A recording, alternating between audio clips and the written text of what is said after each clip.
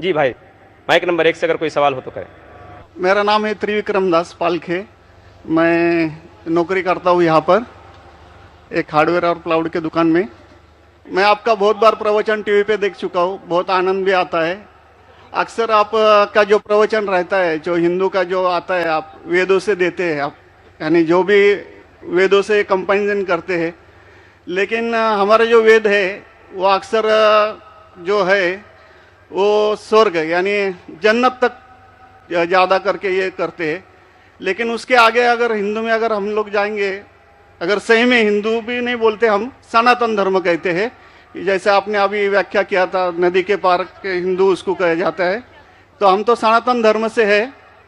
तो सनातन धर्म में हमारा जो आता है जो भगवत गीता, जैसे आपके अंदर जो ये है, जैसा बाइबल का आपने, इस्लाम का ये है, कुरान है, तो इसी तरह हमारा भगवत गीता है।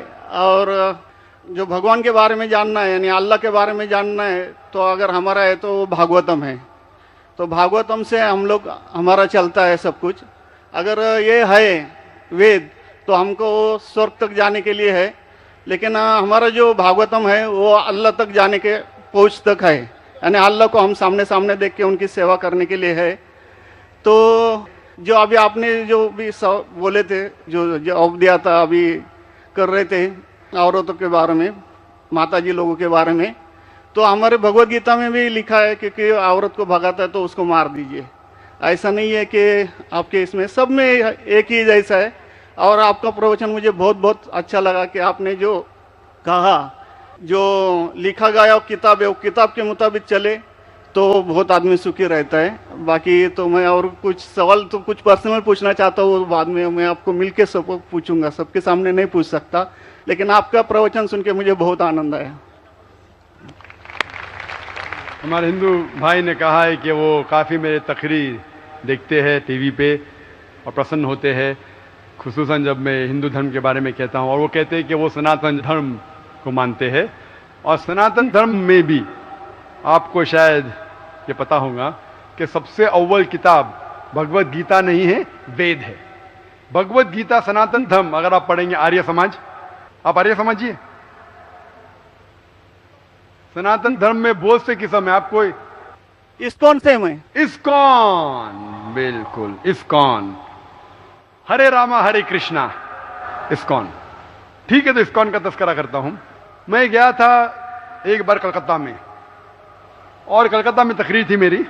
उस वक्त बारिश आती है, बारिश तो हो गई, लेकिन मेरे साथ आने वाले थे इस्कॉन के हेड कलकत्ता के। हम लोग दोनों जाते एक वैन में, वैनिटी वैन, मतलब जो बड़े मैदान में, यहाँ तो माशाल्लाह मैदान के बाजू में काफ़ी बिल्डिंग है, तो बड़े मैदान में प्रोग्राम होता है तो कोई ग्रीन रूम नहीं होता है, तो क्या करते हैं, वैन लेके आते, बस इसमें मेकअप रूम या आराम करने के लिए कंडीशन होता है। तो मैं इस्कॉन के हेड के साथ में बैठा था, तो उन्होंने वही बात कही जो आपने कहा, हमारे लिए सबसे अव्वल है भगवत गीता। मैंने बोला ठीक है, और कहे का वेद भी ठीक है। तो मैंने पूछा, ये भगवत गीता हिंदू धर्म में दो किस्म की किताब है, एक है श्रुति, एक है स्मृति। श्रुति मतलब जो भगवान की भेजी हुई किताब, वेद और उपनिषद। उसने कहा बिल्कुल सही। स्मृति किसे कहते, तो उसने कहने लगा स्मृति कहते वो जो आदमी की लिखी हुई किताब है, मिसाल के तौर पे मनुस्मृति। तो मैंने पूछा ये रामायण और महाभारत क्या है, तो उसने कहा ये है स्मृति। बेशक बिल्कुल सही जवाब था, मैं भी तालिब इल्म हूं। तो मैंने पूछा, बिल्कुल सही कहते, ऊपर आती है श्रुति, वेदा और उपनिषद। स्मृति मतलब दूसरी किताबें, मनुस्मृति, इतिहास। मैंने पूछा ये महाभारत क्या इतिहास है, तो मैंने उससे पूछा गुरुजी ये बात मेरे इल्म के हिसाब से भगवत गीता एक हिस्सा है महाभारत का, 18 चैप्टर का, सही है? अरे बिल्कुल सही है, आप बहुत इल्म रखते। मैंने बेशक। तो जब भगवत गीता महाभारत का हिस्सा है तो महाभारत स्मृति है क्या श्रुति है? चुप बैठ, स्मृति है बोला। तो स्मृति ऊपर क्या नीचे? तो बोले हाँ आपके पास इल्म है ना, इसलिए आप जानते हैं। हम लोग को कहते हैं भगवत गीता ऊंची है, लेकिन हम सही कहते हैं ये भगवत गीता वेद का निचोड़ है। निचोड़ है लेकिन वेद ऊपर है। खुदा की किताब है। भगवत गीता इंसान की लिखी है, किसके जरिए? स्कॉलर्स के। आपके इस्कॉन के गुरु भी कहेंगे वो, लेकिन आप आम आदमी हैं, आप शायद ये पेचीदा चीजें को जानते नहीं। हम तालिब इल्म हैं, मैं स्कॉलर नहीं हूं, तालिब इल्म हूं तकाबले मज़ाहिब का, इस्लाम एंड कंपैरेटिव रिलीजन का। तो बोले बेशक आप बिल्कुल सही कहते हैं। तो मैं कहूंगा अगर वेद और भगवत गीता में टकराव है, किसकी बात मानेंगे? तो बोले आमतौर पे तो हम कहते हैं भगवत गीता ऊपर है, लेकिन आप सही कहते हैं क्योंकि आपका दिल में। तो मैं वो डबल स्टैंडर्ड क्यों? जिसके पास दिल में बदल जाता है क्या? 2+2 4 ही रहता है, चाहे वो सेकंड स्टैंडर्ड में या 10th स्टैंडर्ड में 2+2 वही रहेगा, 4 बदलेगा नहीं।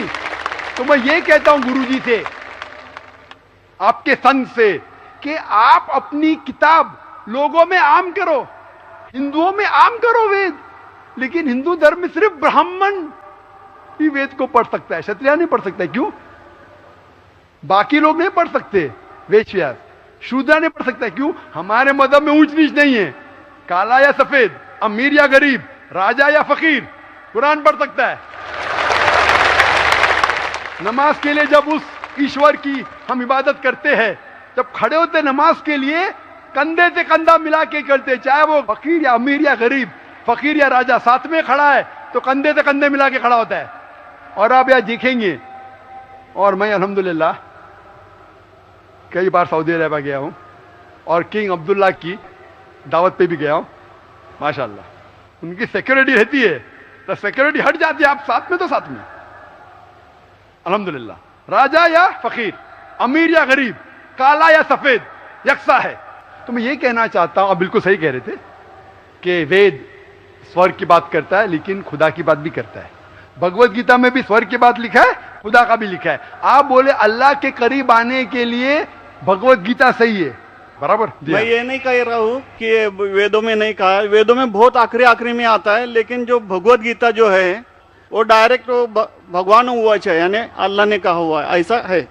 तो इसके लिए अभी वेद तो संस्कृत में है, वो पढ़ नहीं सकते, लेकिन जो भगवत गीता है वो बहुत सारी इसमें ट्रांसलेशन हो गई है। और जो भगवत गीता है बहुत सारे आदमी ने यानी लिखी हुई है, करीबन 200-300 लोगों ने लिखी है अपने अपने हिसाब से। हाँ, बिल्कुल सही कहा। लेकिन इस्कॉन का जो गीता है भगवत गीता, वो गुरु परंपरा में है, वो भी आदमी है, एज इट इज लिखा हुआ है। यानी वो परंपरा में अगर गया तो वो कृष्ण तक गया, यानी जिसने जो कहा है वो एज इट इज है, इसके लिए उसका लिखा हुआ as it is Bhagavad Gita. आपके स्वामी प्रभुपदा, बराबर?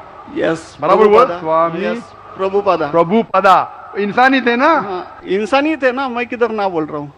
ये हमारा कुरान जो है ना, डायरेक्ट अल्लाह की तरफ से तो ना मोहम्मद सल्लल्लाहु अलैहि वसल्लम ने लिखा है।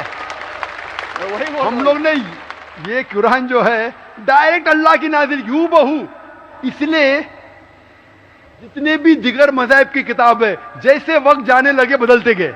आप बिल्कुल सही कहते हैं, 300 किस्म की किताब है, बाइबल सैकड़ों किस्म, हमारे IRF में 200 किस्म की बाइबल है। आप किस में मानेंगे? कुरान आप लो, कोई भी कुरान लो, इंडिया में, अमेरिका में, यूके में, हिंदुस्तान में, पूना में, हूबहू वही है। एक लफ्ज की बात दूर रही, आ की मात्रा, ई की मात्रा, जबर जेर पेश, वो भी फर्क नहीं है, फत्ता दम्मा कसरा में भी फर्क नहीं है।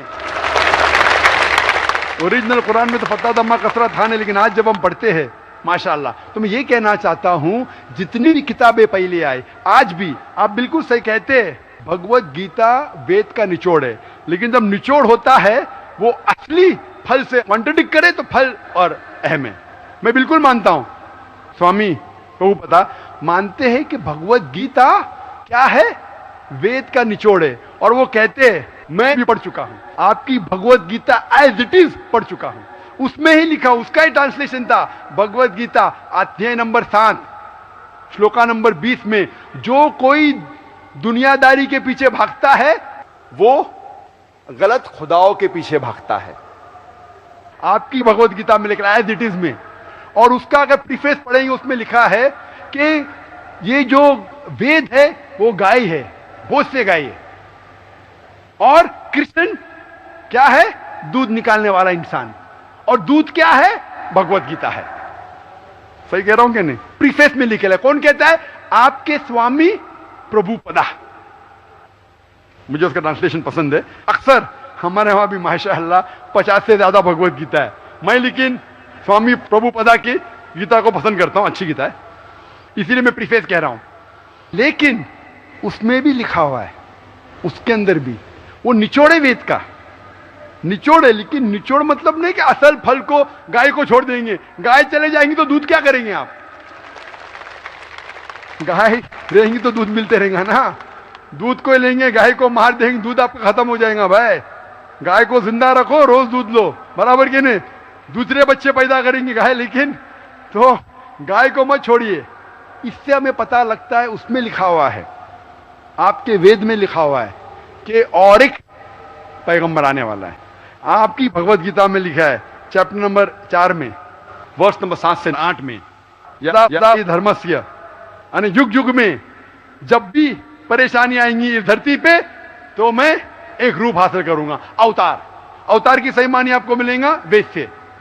उसमें पता चलता है जिसे हम कहते हैं पैगंबर, आखिरी पैगंबर, आखिरी अवतार कौन है? कल के अवतार। अगर आप भगवत गीता में मानते, अगर आप वेद में मानते, आपको आखिरी अवतार कल के अवतार में मानना ही पड़ेगा। फिर ही आप कह सकते मैं असल भक्त हूं भगवत गीता का। वो तो है ही, आपने जो बताया कल के अवतार तो आने वाला तो आप ही है, मानते कल के लास्ट अवतार में आने वाला है। आ चुका है। और उसमें लिखा था कल के अवतार की मां के नाम क्या है? सुमति। सुमति की मानी अमन, अरबी में कहते हैं आमिना। मोहम्मद सल्लल्लाहु अलैहि वसल्लम के वालदा का नाम था आमिना। उसमें लिखा है कल के अवतार, चैप्टर नंबर, अभी हवाला भी दे रहा हूं मैं, टाइम मिल रहा है ना। कल के अवतार चैप्टर नंबर 2 वर्ष नंबर 5 श्लोक नंबर 5, 7, 9, 11, 15। इसमें लिखा है कि उसके वालिद का नाम है विष्णु यास। विष्णु यास मतलब खुदा का बंदा, अरबी में तर्जुमा करेंगे अब्दुल्ला। मोहम्मद सल्लल्लाहु अलैहि वसल्लम के वालिद का नाम था अब्दुल्ला। उसमें लिखा है वो इसी जगह में पैदा होंगे जो अमन की जगह है। हम मानते हैं कि मक्का एक अमन की जगह है। उसमें लिखा है कि वो उस फैमिली में पैदा होंगे जो उस इलाके के अमीर होंगे। हम जानते हैं कि कुरैश के फैमिली में पैदा हुए थे मोहम्मद सल्लल्लाहु अलैहि वसल्लम। उसमें लिखा है कि वो 12वीं तारीख माधव के दिन पे पैदा होंगे, वो 12वीं रब्बी अव्वल मोहम्मद सल्लल्लाहु अलैहि वसल्लम पैदा है। आगे आप पढ़ेंगे, वेद में लिखा है कि उसके 4 करीब दोस्त थे, जिसका मैं जिक्र किया हूं। 4 करीब दोस्त मोहम्मद सल्लल्लाहु अलैहि वसल्लम के थे, जो हजरत अबू बकर, हजरत उमर, हजरत उस्मान, हजरत अली। मैं अल्लाह भी मौल, अल्लाह ताला की रहमत सब पे हो। किसके बारे में जिक्र करें? उनको सबसे पहली जो वही आएंगी वो आएंगी एक गार के अंदर। हम जानते हैं मोहम्मद सल्लल्लाहु अलैहि वसल्लम सबसे पहली वही आए गारे हिरा में। फिर वो करेंगे हिजरत, नॉर्थ की तरफ फिर से वापस आएंगे।